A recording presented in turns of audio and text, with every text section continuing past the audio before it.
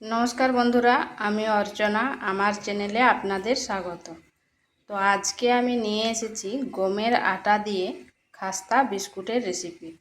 আর এই বিস্কুটটা বানানো এতটাই সহজ যে চায়ের জল বসিয়ে দিয়ে ঝটপট এই বিস্কুটটা তৈরি হয়ে যায়।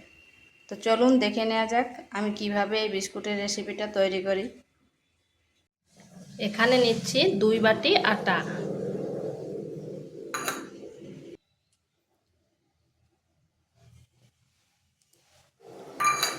আর নিচ্ছি ওই বাটির হাফ বাটি সুজি।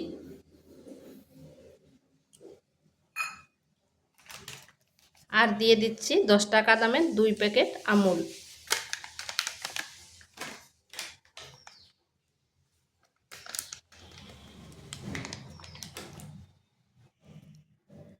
আর এখানে দিচ্ছি 1 চিমটে লবণ।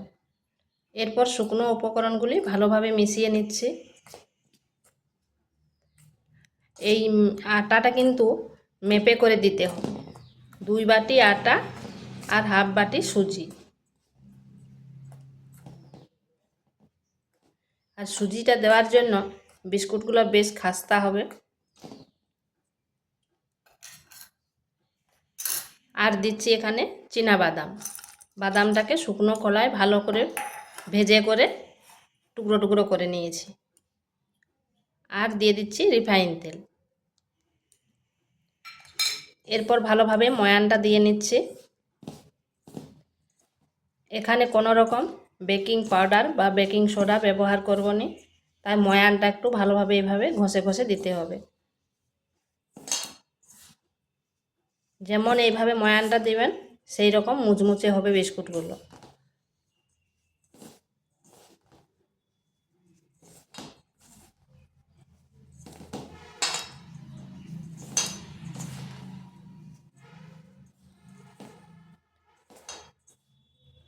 ময়ানটা দেখবেন এইভাবে মুঠো করলে এরকম হয়ে যাচ্ছে, আর হালকা চাপ দিলে বালির মতো ভেঙে যাবে। তাহলে বুঝতে পারবেন যে ময়ান দেওয়াটা হয়ে গেছে। তো এটা আমার হয়ে গেছে। এখানে আপনার চাইলে ঘিও ব্যবহার করতে পারেন। এরপর এখানে অল্প অল্প জল দিয়ে একটা ডো তৈরি করব। ডোটা কিন্তু খুব বেশি শক্ত করব না, আবার নরমও করব না।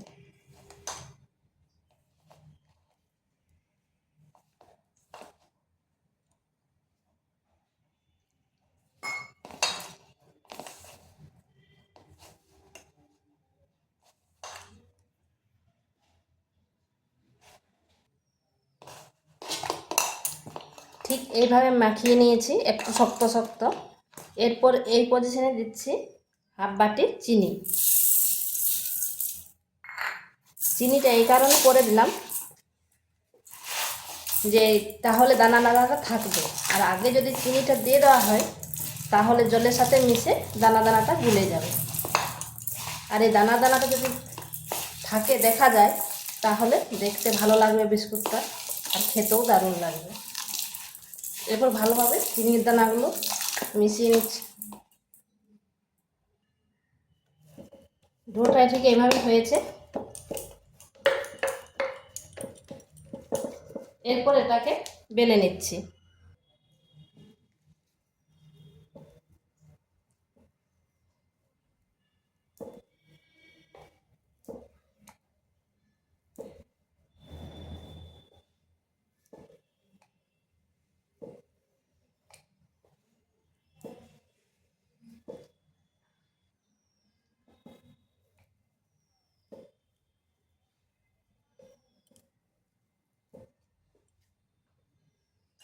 এইভাবে বেলে নিয়েছি। এরপর তার সাইজটা একটু কেটে দিচ্ছি।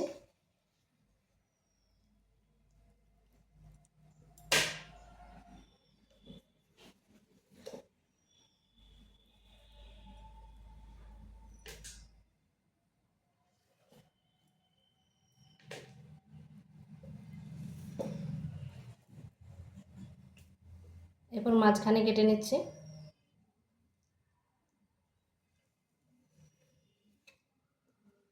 এরপর এইভাবে চৌকো চৌকো কেটে নিচ্ছি।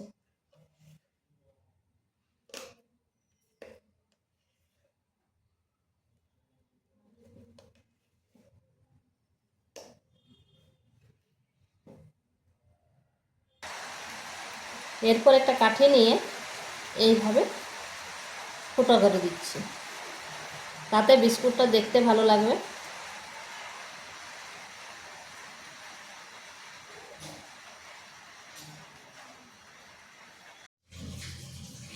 বিস্কুটগুলো এইভাবে ফুটো করে নিয়েছি, আর কত সুন্দর লাগছে দেখুন। আর বিস্কুটটার মোটাটা ঠিক এইভাবে রেখেছি। কড়াইতে তেল গরম হতে দিয়েছি, গরম হয়ে গেছে, এরপর দিয়ে দিচ্ছি। আর আঁচটা স্লো টু মিডিয়াম আঁচে রাখতে হবে। এগুলো এখন খুব নরম, তাই খুব বেশি দিচ্ছে না, কম কম করে দিচ্ছি। আর এগুলোকে সাথে সাথে নাড়বার নেই, 3 থেকে 4 মিনিট এক পাশটা হয়ে যাওয়ার পর উল্টো পাশটা ঘুরিয়ে দিতে হবে।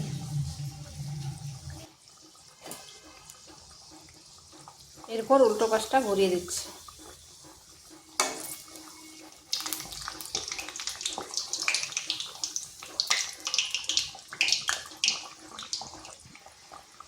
এগুলোকে খুব বেশিক্ষণ কিন্তু ভাজতে হবে না, এইভাবে একটু হালকা বাদামি রং হলেই হয়ে গেছে। এরপর এগুলোকে তুলে নিচ্ছি।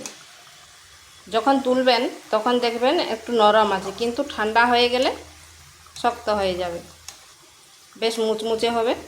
তো এইভাবে আমি সবগুলো ভেজে নিচ্ছি। তো বন্ধুরা, এগুলো আমার তৈরি হয়ে গেছে। আর দেখুন কত সুন্দর হয়েছে, ফুটাগুলো বোঝা যাচ্ছে, আবার চিনির দানাটাও বোঝা যাচ্ছে। আর কতটা মুচমুচে হয়েছে তা আওয়াজটা শুনে নিশ্চয়ই বুঝতে পারছেন। তো ভিডিওটা ভালো লাগলে লাইক, শেয়ার, কমেন্ট অবশ্যই করবেন। আর নিত্য নতুন রেসিপি পাওয়ার জন্য চ্যানেলটিকে সাবস্ক্রাইব করবেন।